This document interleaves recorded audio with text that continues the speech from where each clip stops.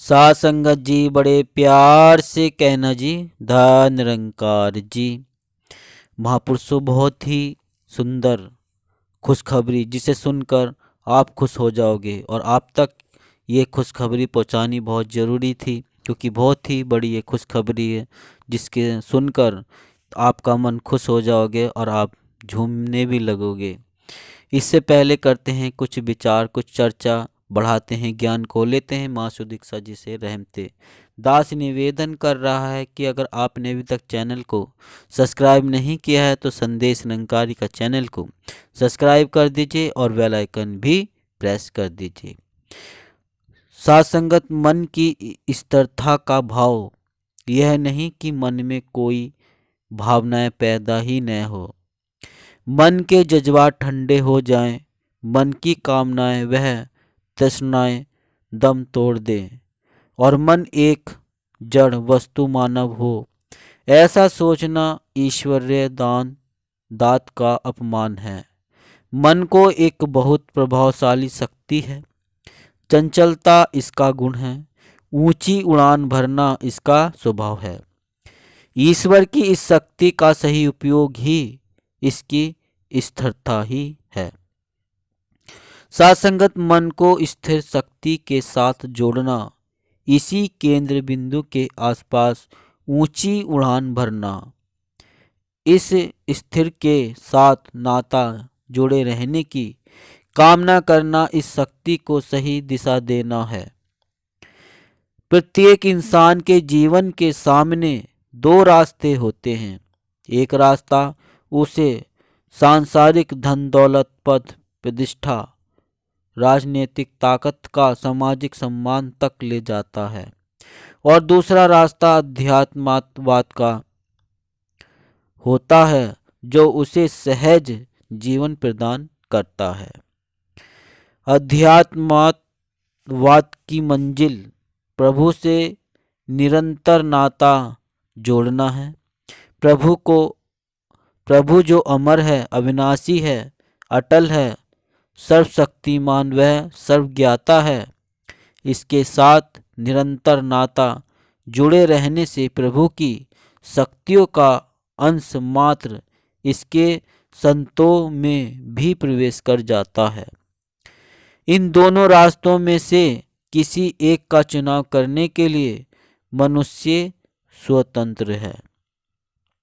साथ संगत दोनों पक्ष उसके सामने हैं। एक चलायमान है, हर क्षण तब्दीली में है, अधिक या कम दोनों होना इसका स्वभाव है।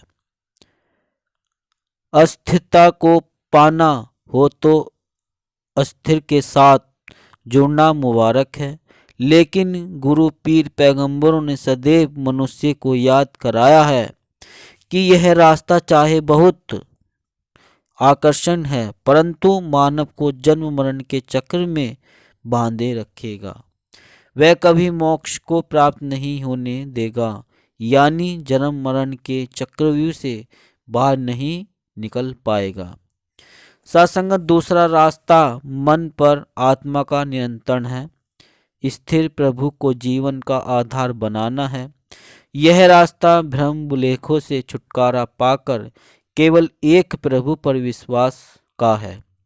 एक टेक राखू मन माही, अर्थात जो केवल सर्वशक्तिमान परमात्मा पर विश्वास रखते हैं उनका मन कभी डोयलमान नहीं होता।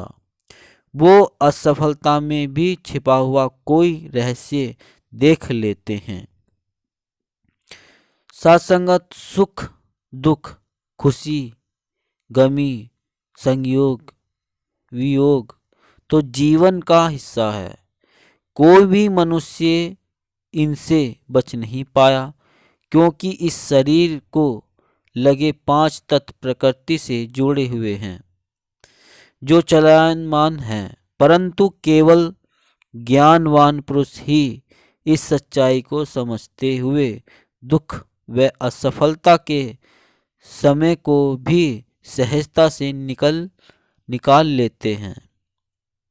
निरंकार का सुमरन उनको इनका आत्मिक बल बख्शाता है कि वो इस परीक्षा के समय में भी अडोल रह पाते हैं। मन की संतुष्टि ही सहज जीवन की निशानी है।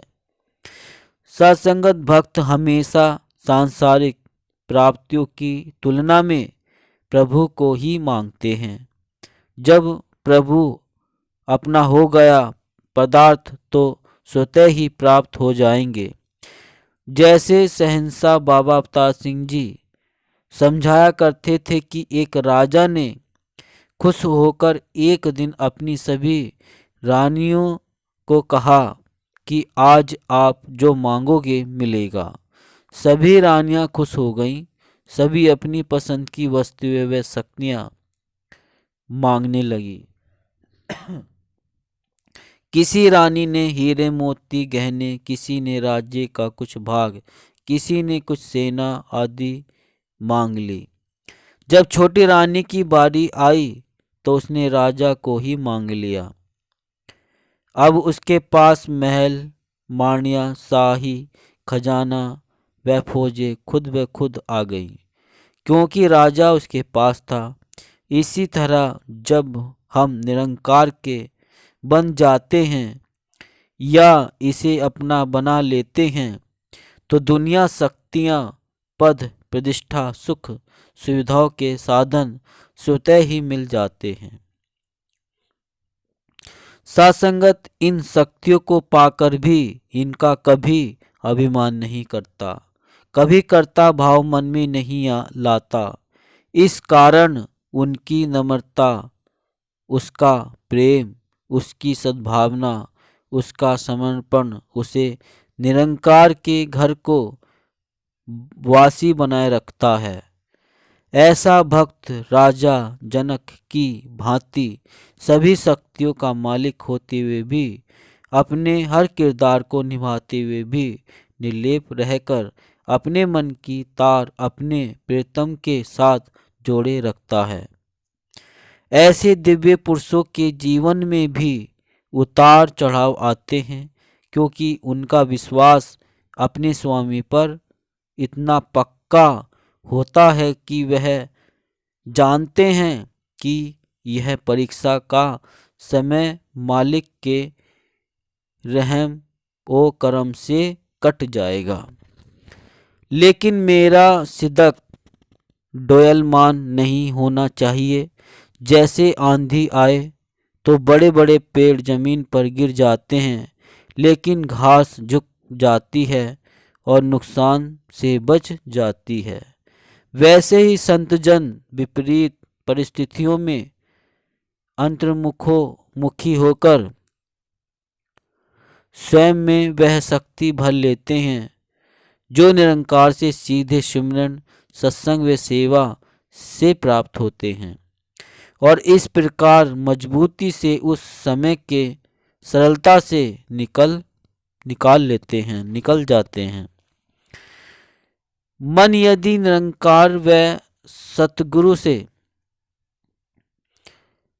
जुड़ा हो तो मानवीय गुण, सहनशीलता, नम्रता, मीठी वाणी, सद्भाव, दया, करुणा, प्रेम, क्षमा करना व क्षमा मांगना ही उनके व्यवहारिक जीवन में आ जाते हैं। भाव तो बदलते रहते हैं, परंतु स्वभाव अवश्य ही सरल व सहजता में रहने वाला होना चाहिए। जब मन स्थिर हुआ तो आत्मिक आनंद सदैव बना रहता है। जो संत को सुख दुख, खुशी गम, संयोग वियोग से निर्लेपता बख्शता है, ऐसे संतों का जीवन ही प्रेरणा स्रोत बन जाता है, जिनको हर लोक में भी धन्यता और परलोक में भी वाहे वाहे प्राप्त करने का सौभाग्य मिलता है। सहज जीवन ही भक्ति का फल है। और महापुरुषों, ये थे सुंदर विचार जो आपको बहुत सुंदर अच्छे लगे होंगे। तो जैसे बात की थी महापुरुषों खुशखबरी की, तो खुशखबरी यह है कि कल 15 जनवरी है और 15 जनवरी को भक्ति पर्व दिवस मनाया जा रहा है। और माता जी की हजूरी व पिता राजचंद्रा रमित चंद्रा जी के हजूरी में ये सत्संग का प्रोग्राम है। तो आप समालखा पहुंचकर, ये प्रोग्राम समालखा में हो रहा है, आप समालखा पहुंचकर वहां भक्ति का ये सत्संग का आनंद ले सकते हैं। और इसका समय है, नोट कर लीजिए, 11 से 3 बजे तक का। तो महापुरुषों दास निवेदन का, अगर आपने अभी तक चैनल को सब्सक्राइब नहीं किया है तो चैनल को सब्सक्राइब कर दीजिए और सभी महापुरुषों को शेयर कर दिए ताकि वे भी इस का आनंद ले सकें, उठा करके माता जी के दर्शन प्राप्त कर सकें। तो उनको भी बहुत खुशी होगी। तो दास निवेदन करता है कि सभी महापुरुषों को आप शेयर कर दीजिए। दास मनीष फिर मिलता है अगली नेक्स्ट वीडियो में। महापुरुषों जी बड़े प्यार से कहना जी, धन निरंकार जी।